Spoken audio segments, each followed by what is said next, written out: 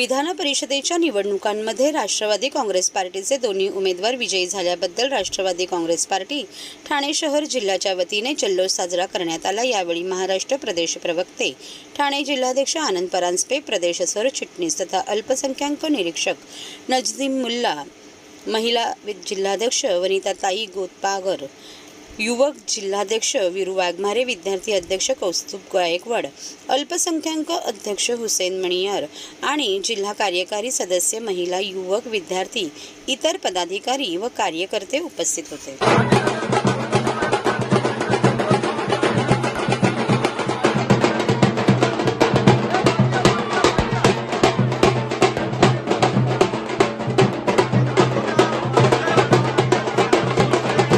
माननीय दादा यांच्या नियोजनामुळे आज महाराष्ट्रात मागील 15 दिवसापासून आमदार आमच्या संपर्कात आणि किती आमदार कोणाला भेटीला ही चर्चा जी सुरू होती, तर आज हे सिद्ध झालं महाराष्ट्राच्या जनतेसमोर की आमदार कोणाचे निष्ठेचे, कोणाबरोबर आणि कोणाच्या संपर्कात होते। ज्यांच्याकडे आमदारच शिल्लक राहिलेले नाही आणि जे शिल्लक हॉटेलमध्ये राहायला यायला तयार नाही, तर इतर लोक आमदार फुटणार म्हणून राहायला गेले। ही चर्चा करत होते। आज या निवडणुकीच्या निकालाला पहिल्या पसंतीची मतं 24 आणि 23 घेतल्यानंतर ते सिद्ध होतं आमदार कोणाच्या बाजूने। तर जे लोक मोठ्या मोठ्या गप्पा मारत होते, पवारांनी आवाज त्यांनी बघावं तर त्यांचे डायल कॉल होते का रिसिव्ड कॉल होते, तर त्यांनी तर तपासावं। डायल करायचे कॉल आणि नंतर पत्रकारांसमोर येऊन त्याचा मी संपर्कात होतो, तर आज त्यांना इज्जत, त्यांची लायकी कळालेली आहे, म्हणून दादाच्या नादीत कोणी लागू नाही। वारंवार बोललं जात होतं की कुठेतरी अजित पवार गटाचे अनेक नगरसेवक जे आहेत ते शरद पवार गटाच्या नेत्यांशी संपर्कात आहेत। आता नगरसेवक अहो, तुम्ही परवा माननीय आयुक्त यांच्या दालनात बैठक बघितली आणि जे कालीराम का ढोल जो फोड़ना है हमको, त्या ढोलच्या एरियाचा फोडायचा आहे, त्या एरियातले मुंब्राचे किती नगरसेवक माझ्या बरोबर आयुक्तांसोबत होते हे तुम्ही पत्रकारांनी बघितलं नाही। तर कोण कोणाच्या संपर्कात आहे हे दादाची झलक किती आहे आणि ती झलक परांजपे साहेबांनी आम्ही दाखवू त्यांना। राष्ट्रवादी काँग्रेस पक्षाचे विधान परिषदेसाठी उभे असलेले आमचे दोन्ही उमेदवार श्री राजेश विटेकर आणि शिवाजीराव गर्जे हे पहिल्या पसंतीची मतं घेऊन 24 आणि 23 मतं घेऊन विजयी झालेले आहेत। राष्ट्रवादी काँग्रेस पक्षाचे राष्ट्रीय अध्यक्ष, आमचे नेते, राज्याचे उपमुख्यमंत्री माननीय अजितदादा पवार, कार्याध्यक्ष माननीय प्रफुल्लजी पटेल आणि प्रांताध्यक्ष खासदार सुनीलजी तटकरे साहेब, या तिन्ही नेत्यांच्या नियोजनामुळे आणि आमदारांनी जी एकजूट दाखवली, यामुळे राष्ट्रवादी काँग्रेस पक्षाचे दोन्ही उमेदवार पहिल्या फेरीमध्ये विजयी झाले आणि 2 लोकांचे ढोल फुटलेले आहेत, एक डॉक्टर जितेंद्र आव्हाड आणि रोहित पवार। ढोल फुटला रे, ढोल फुटला, दोघांचाही ढोल फुटला। सातत्याने राष्ट्रवादीचे आमदार फुटणार म्हणून हॉटेलमध्ये ठेवलं, अशा प्रकारचे आरोप हे दोन्ही नेते करत होते। पण राष्ट्रवादीला अपेक्षित कोट्यापेक्षा जास्त मतं ही माननीय अजितदादा पवार यांच्या नेतृत्वावर विश्वास ठेवून केवळ राष्ट्रवादीच्या आमदारांनी नाही तर अधिक आमदारांनी मतं दिली आणि म्हणून दोन्ही उमेदवार आमचे विजयी झालेले।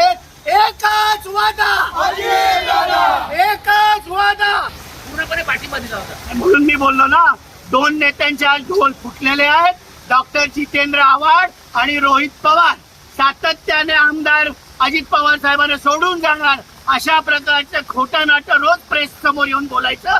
आज दोन्ही नेत्यांचे ढोल फुटलेले आहेत आणि त्यामुळे राष्ट्रवादीचे अजितदादा पवार साहेब यांच्या नेतृत्वावर पुन्हा एकदा विश्वास सगळ्या आमदार।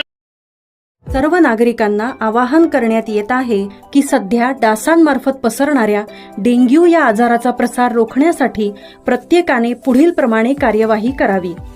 डेंग्यू आजार एडिस इजिप्ती हा डास चावल्याने होतो। या डासांची पैदास साचलेल्या किंवा साचवलेल्या स्वच्छ पाण्यामध्ये होते। 8 दिवसांपेक्षा जास्त दिवस पाणी उघडे व साचून राहिल्यास त्यात डास अंडी घालतात. अंड्यांच्या अळ्या तयार होऊन पुढे डास तयार होतात. यासाठी आपल्या घरातील पाणी साठे उदाहरणार्थ बॅरल्स, पिंपे, टाक्या, हौद, रांजणे इत्यादी दर आठवड्याला रिकामे करून घासून पुसून कोरडे करून पुन्हा भरावे. 1 दिवस कोरडा दिवस म्हणून पाळावा. पाणी साठ्यांना घट्ट झाकणे बसवावीत किंवा जुनी साडी, चादर, धोतर यांनी बांधून झाकून ठेवावीत, म्हणजे डास त्यात जाऊन अंडी घालणार नाहीत. घराच्या गच्चीवर, आजूबाजूला, अंगणात कोठेही पाणी साचू देऊ नये. भंगार सामान उघड्यावर टाकू नये. उदाहरणार्थ टायर्स, प्लास्टिक सामान, कुंड्या, टाकाऊ वस्तू इत्यादी. अशा सामानात पावसाचे पाणी साठून त्यात डेंग्यूच्या डासांची पैदास होते. घरातील कूलर्स, फ्रीजच्या पाठीमागील ट्रे हे देखील वेळोवेळी कोरडे करावेत. लक्षात ठेवा, नुसत्या फवारणीने डास घनता कमी होत नाही, तर त्यासाठी डास पैदास ठिकाणे नष्ट करणे ही आपल्या सर्वांची जबाबदारी आहे. कोणताही ताप अंगावर न काढता जवळच्या शासकीय रुग्णालयात मोफत औषधोपचार घ्या. अशा प्रकारे नागरिकांनी सहकार्य केल्यास डेंग्यूचा प्रसार रोखणे सहज शक्य आहे.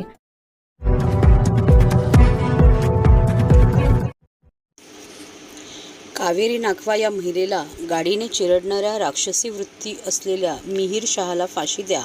ठाण्यात शिवसेना महिला आघाडीकडून या घटनेचा निषेध.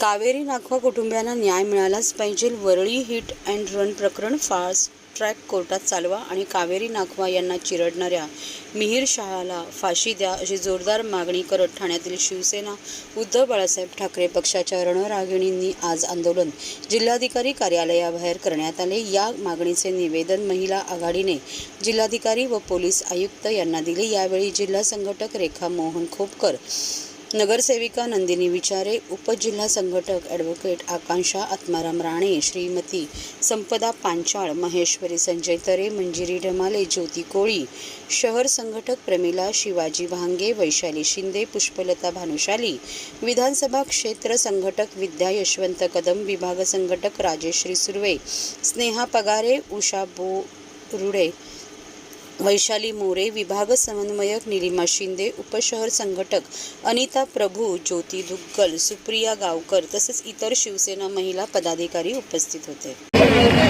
जी आता ही 3 दिवसापूर्वी मुंबईमध्ये घटना घडलेली आहे. धनदांडग्यांची मुलं दारू पिऊन नशा करून आपल्याच मस्तीमध्ये ज्या वेळेस रस्ता आपल्या बापाचा आहे असं समजून चालतात, त्यावेळी रस्त्याने चालणाऱ्या सामान्य माणसांची बिलकुल कुठे परवा केली जात नाही. ज्यावेळी गाडीला ठोकर देऊन हे नवरा बायको दोघं जण त्यांच्या बॉनेटवर उडाले. बॉनेटवर उडाल्यानंतर नवरा बाजूला फेकला गेला. ती बाई त्या बॉनेटवरून उडून चाकामध्ये आणि बंपरमध्ये अडकली. नवरा थांब थांब सांगतोय, परंतु नशेमध्ये धुंद असणारा हा मिहीर शहा यांनी त्या बाईला त्या गाडीखाली चिरडत 2 किलोमीटर पर्यंत तो त्या बाईला घेऊन गेला चिरडत. त्या बाईच्या अंगावर एक वस्त्र राहिलं नाही आणि अशा प्रकारे त्या बाईचा मृत्यू झाला. एवढा बेदरकारपणा कसा काय येतो या धनदांड यांच्या अंगात की त्यांना माहिती आहे आम्हाला या ठिकाणी मारणार कोणी नाही किंवा आमच्या कायदा आमचं काही वाकडं करू शकत नाही. या मिजाशीमध्ये रस्त्यावरून चालणारी ही लोक ज्यावेळी त्यांना सामान्य माणसांच्या आयुष्याची सुद्धा किंमत वाटत नाही, अशा लोकांना सरकारने कुठेतरी जबरदस्त शिक्षा करून आपल्या संपूर्ण सामान्य लोकांना आज न्याय देण्याची गरज आहे. आज प्रत्येक ठिकाणी या महाराष्ट्रामध्ये, पुण्यामध्ये झालं, नागपूरमध्ये झालं, मुंबईमध्ये झालं, जर सामान्य माणसं असेच कीड मुंगीच्या मरणाने मरणार असतील तर हे गरिबांचं सरकार म्हणून घेण्यात हे नालायक सरकार ठरतं. लागतंय. जर महिलांना या ठिकाणी न्याय मिळत नाही, अरे कशासाठी तुम्ही लाडकी बहीण योजना काढलीत? तुमची आज लाडकी एक बहीण आमच्या समोर गाडी खाली चिरडली जाते. तिच्या इज्जतीचे धिंडवडे निघतात. तिच्या अंगावर एक वस्त्र राहत नाही. तिच्या शरीराच्या कातड्याचे सोलून ती बाहेर पडते आणि जागच्या जागी ती मृत्युमुखी पडते. आज त्या बाईची मुलं हंबरडा फोडतायत. तिचा नवरा हंबरडा फोडतोय. नुसते 10 लाख नि 15 लाख देऊन जर तुम्ही सामान्य माणसाच्या आयुष्याची किंमत करणार असाल तर ते पैसे काय चाटायचे आहेत का?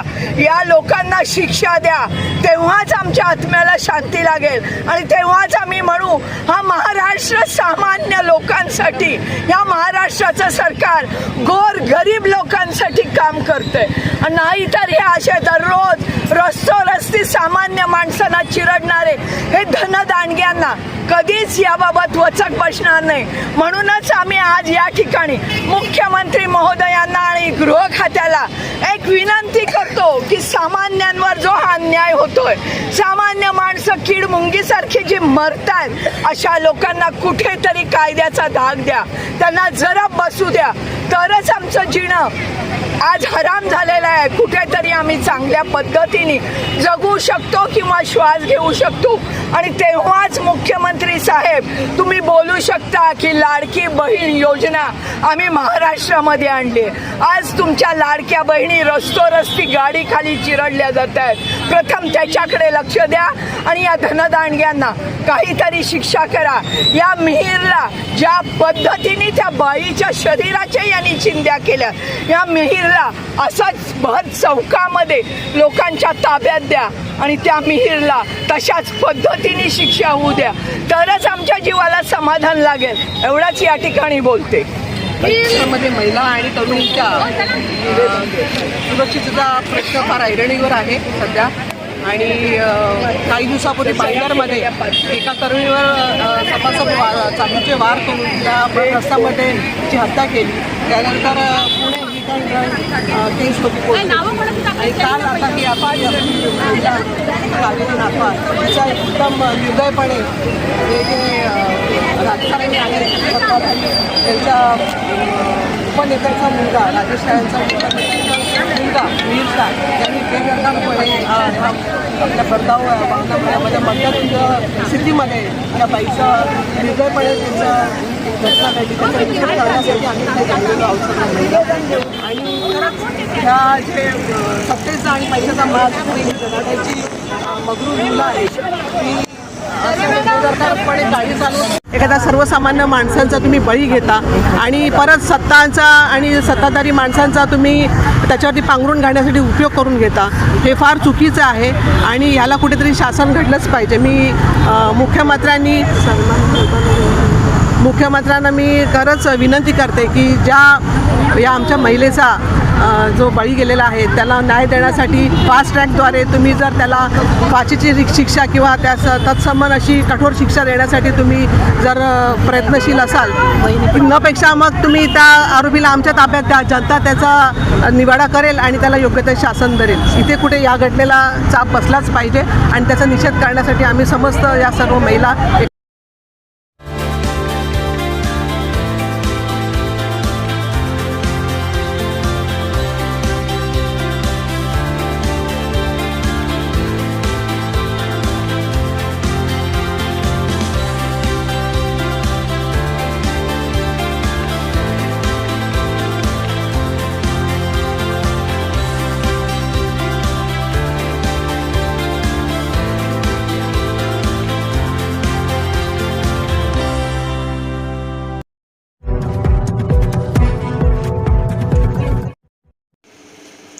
मुख्यमंत्री माझी लाडकी बहीण योजना मदत कक्ष पाहणी ठाणे पालिका क्षेत्र मुख्यमंत्री माझी लाडकी बहीण या योजनेसाठी नोंदणी सुरू झाली आहे. त्यासाठी महापालिकेच्या सर्व प्रभाग समिती कार्यालयांमध्ये मदत कक्ष सुरू करण्यात आले आहे. ठाणे महापालिका आयुक्त सौरभराव यांनी माजिवडा मानपाडा प्रभाग समिती कार्यालय आणि वागळे इस्टेट प्रभाग कार्यालय येथील मदत कक्षांना शुक्रवारी दुपारी भेट दिली.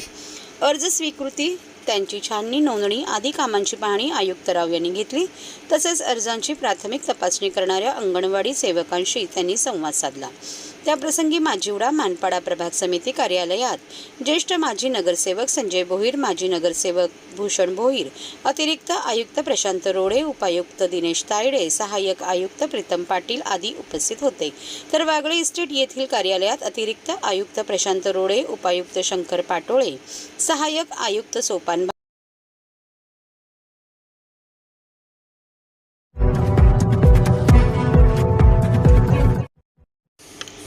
सोमवारी नौपाडा कोपरी परिसरातील काही ठिकाणचा पाणी पुरवठा बंद. ठाणे महानगरपालिका क्षेत्रात नौपाडा कोपरी प्रभाग समितीमधील कोपरी आनंदनगर येथील BMC विभागामार्फत करण्यात आलेल्या जलवाहिनीवर बायपास यंत्रणा कार्यान्वित तसेच जोडणी करण्याचे काम हाती घेण्यात येणार आहे. परिणामी नौपाडा कोपरी प्रभाग समितीमधील काही भागांचा पाणी पुरवठा सोमवार दिनांक 15 जुलै 2024 सकाळी 10 ते सायंकाळी 10 वाजेपर्यंत एकूण 12 तास पाणी पुरवठा बंद ठेवण्यात येणार आहे. सदर शटडाऊन कालावधीत कोपरी आनंदनगर, गांधीनगर, केदारेश्वर मंदिर परिसर, हनुमान व्यायामशाळा परिसरातील पाणी पुरवठा 12 तासांसाठी पूर्णपणे बंद राहणार आहे. पाणी पुरवठा सुरू झाल्यानंतर पुढील 1 ते 2 दिवस कमी दाबाने पाणी पुरवठा होईल याची कृपया नोंद घ्यावी.